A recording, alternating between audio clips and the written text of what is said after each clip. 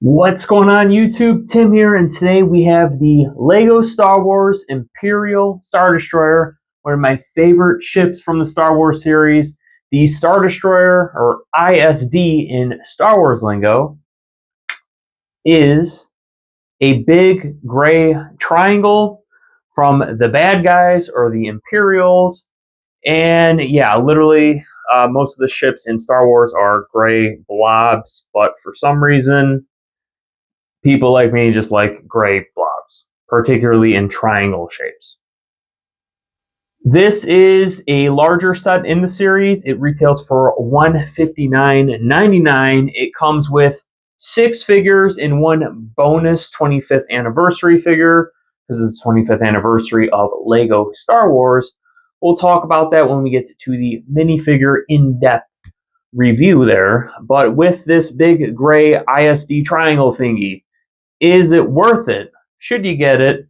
What are its cool features? Is it too much? Is it a good deal? All the questions coming at you right now. All right, first things first, here is the box. 10 plus sets, set number 75394, 1,555 pieces. A little bit of the original picture. That's what the Star Destroyer looks like in universe, and of course the LEGO variant. Top of the box, it is a thick boy box, and here is our minifigure for the 101. The back of the box is just going to show up the dollhouse opening, if you will, with some of the exterior features. Simple but effective.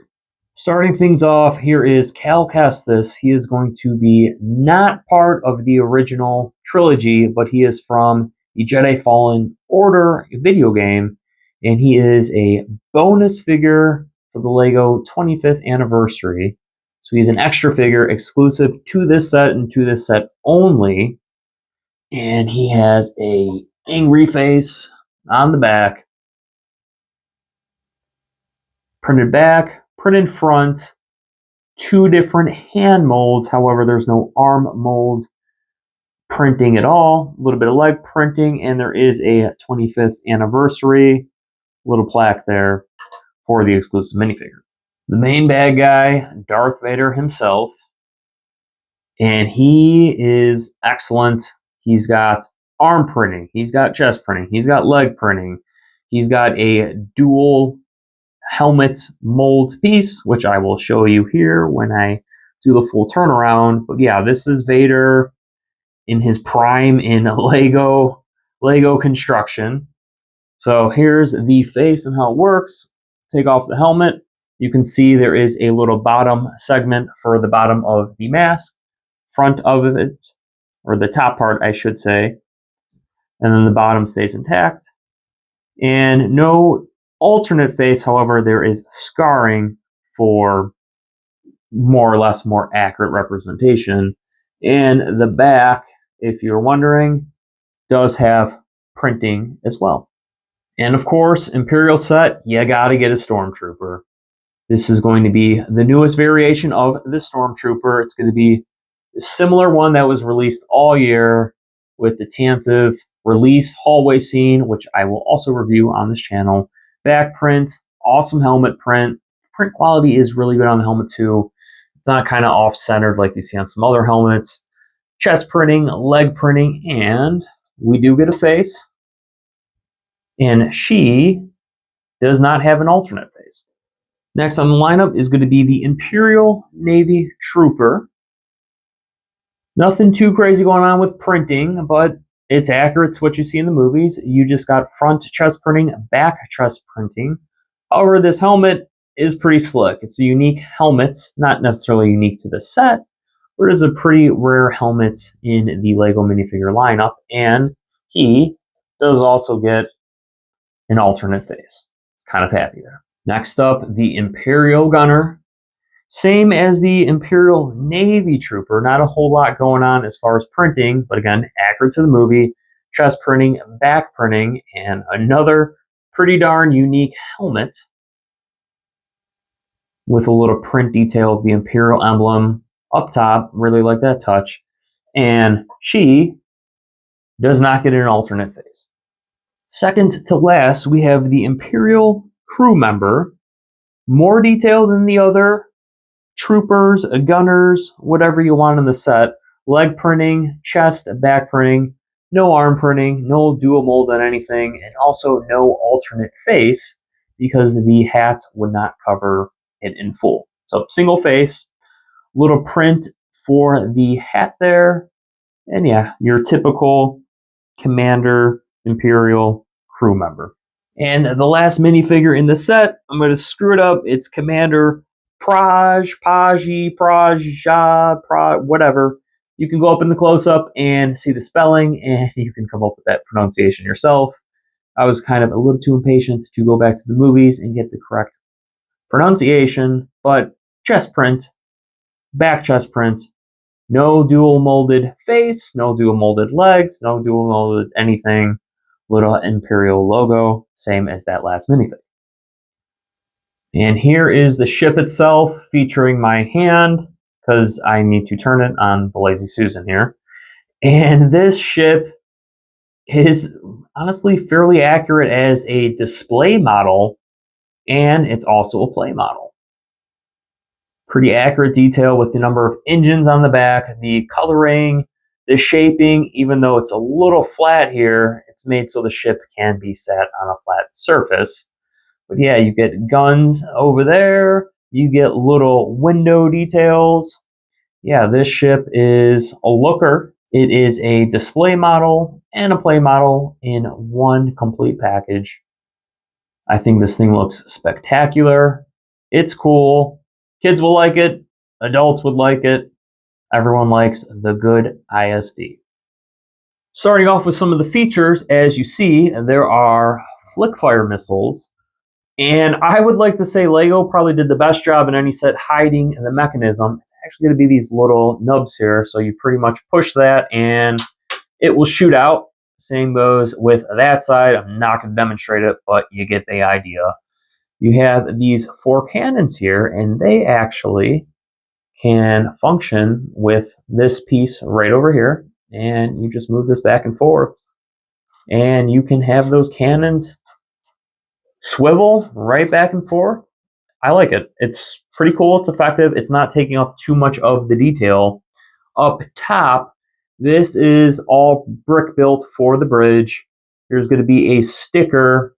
There is not too many stickers on it, and honestly, within the first 3 bags, you pretty much use all of them.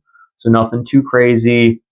These flaps, you can't really open them up or put any storage in it. It's just kind of brick built. Yeah, so this is just aesthetic, no play function with the bridge. On the back, this piece can actually lift up, and it's going to reveal extra flick fire missiles there in case you lose the existing 2 that come on the set. And it's a nice feature. Typically, these sets don't have a spot to hold the missiles, but in this case, the ISD does. Last feature, it's kind of cool. It's a bit of overkill because this thing, first and foremost, is very sturdy. You can pick it up pretty much any way you want and swish it around, whatever you want to do. However, there is going to be a hidden little handle that you can pull up and swing this thing around. It is pretty overkill. However, I will say it did nail the balance spot pretty darn even. So very balanced, and of course, you can hide it away when you're not using it, and you wouldn't even know there's a handle there. So sweet functionality. Okay, so the bridge might not have any functionality, but what about the rest of the set? Well, it opens up, as you probably guessed. This whole segment with the guns and the turrets just removes. Nothing crazy going on here. Just has those 2 play features, flick fire and swivel turrets on each side. However, the Star Destroyer is then revealed, and simply you open it up. So you have a full interior that you have access to. Tons of stuff going on. I do want to point off right off the rip all the stickers. We have 1, 2, 3, 4, 5, 6, and these little 2 computers, 7, 8, and of course that bridge being 9. These Star Destroyers do have a lot of stickers. Even in the past ones, But however, this one actually has far less than some of the other past ones in the past. I said pass a lot, deal with it. Okay, so here's the bridge. You can put figures in these two black seats there, and you can clamshell shut the set. However, on this bridge area, yeah, we can put figures on it right now to display, but when you go to shut the model, they'll get crushed. So while it's open, you can use this bridge feature. When it's shut, you can't have any figures there. As we go to the side here, we have a little medical area. Inside, there's some blue fluids, blue container. It's probably Bacta that's used to heal in the Star Wars universe. Over here, we have a little map diorama hologram. That triangle is representing this ship, the ISD, and the red is representing the Rebel ships there. Computer in the back, and we have two sticker prints. Try to get it in focus, which it's not going to do. Turn on this side, maybe it's a little bit better. A little bit better there. On here, we have storage. Inside's going to be grenades on this one, and we have a blaster in here. Let's see if I can take this off and show you. So we have binoculars. I lie. I probably said blasters. And over here, we have the thermal detonator grenades. We have a swivel chair, a coffee cup, and a control panel. What more can you ask for? And the last piece that I almost forgot about is going to be a little armory section that connects in the hallway. And we have two blasters, or a pistol, and a blaster rifle just chilling there. All right, so with the review in-depths out of the way, is the gray ISD triangle blob thing here worth that $159.99? If you look at the past model of the First Order Star Destroyer, I'll do some B-roll for a little close-up so you can see the two side by side. All right, so looking at the two here, they are both respectively, when they came out, $159.99. That being said, the current ISD Star Destroyer that I have in front of me here actually has more pieces to it, and it comes with a few more minifigures. So if the whole community is saying, hey, this is a smaller ship, well, it might be a little bit smaller, but the build quality, one could argue, is better. And the minifigure count, one could say, has more. So are you getting more of a value today if you adjust everything with inflation? Who knows? But here's just the two side by side. Okay, so thoughts on the price itself. I did get this on a deal. Amazon had its Prime Day, and these were selling for, I think, $111, which is an absolute steal, like 33%. That was a no-brainer. It was a really good value at that point, but for the $160 price point, you look at all the features on it. It's got features. The whole thing opens up like a dollhouse, but honestly, it's cool just looking at it as a display piece. You can fire the mini flick middle. You can fire the mini flick missiles out or keep them in if you don't want the green dot showing on your display stand. But for a play functionality piece and for a display value, I think you're getting good bang for your buck.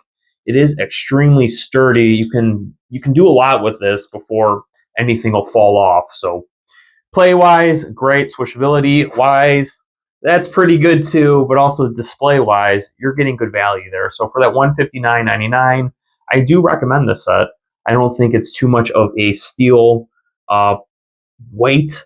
It does feel like $160 worth of plastic bricks at the end of the day. Cool minifigures. Really like that exclusive minifigure in the set. But yeah, this is a very iconic ship to the Star Wars series. So if you're a fan of the original trilogy, or you like the bad guys, the Imperials, like I do, I would pick up this set. You might want to wait around for a deal. Again, I found it on Amazon for a deal. This recently came out a few months ago, so it probably will have a year or two before it retires. So if you want to wait for a deal, wait. Otherwise, Christmas, holidays coming up, add this to the list. It's you can't go wrong. It looks great. Not too crazy sticker amount on there. Wasn't too hard to build. It's sturdy. It's fun. Yeah. So this one, thumbs up in my book. like, share, subscribe, comment down below, all the things. Until next time, guys, more reviews coming soon. Peace.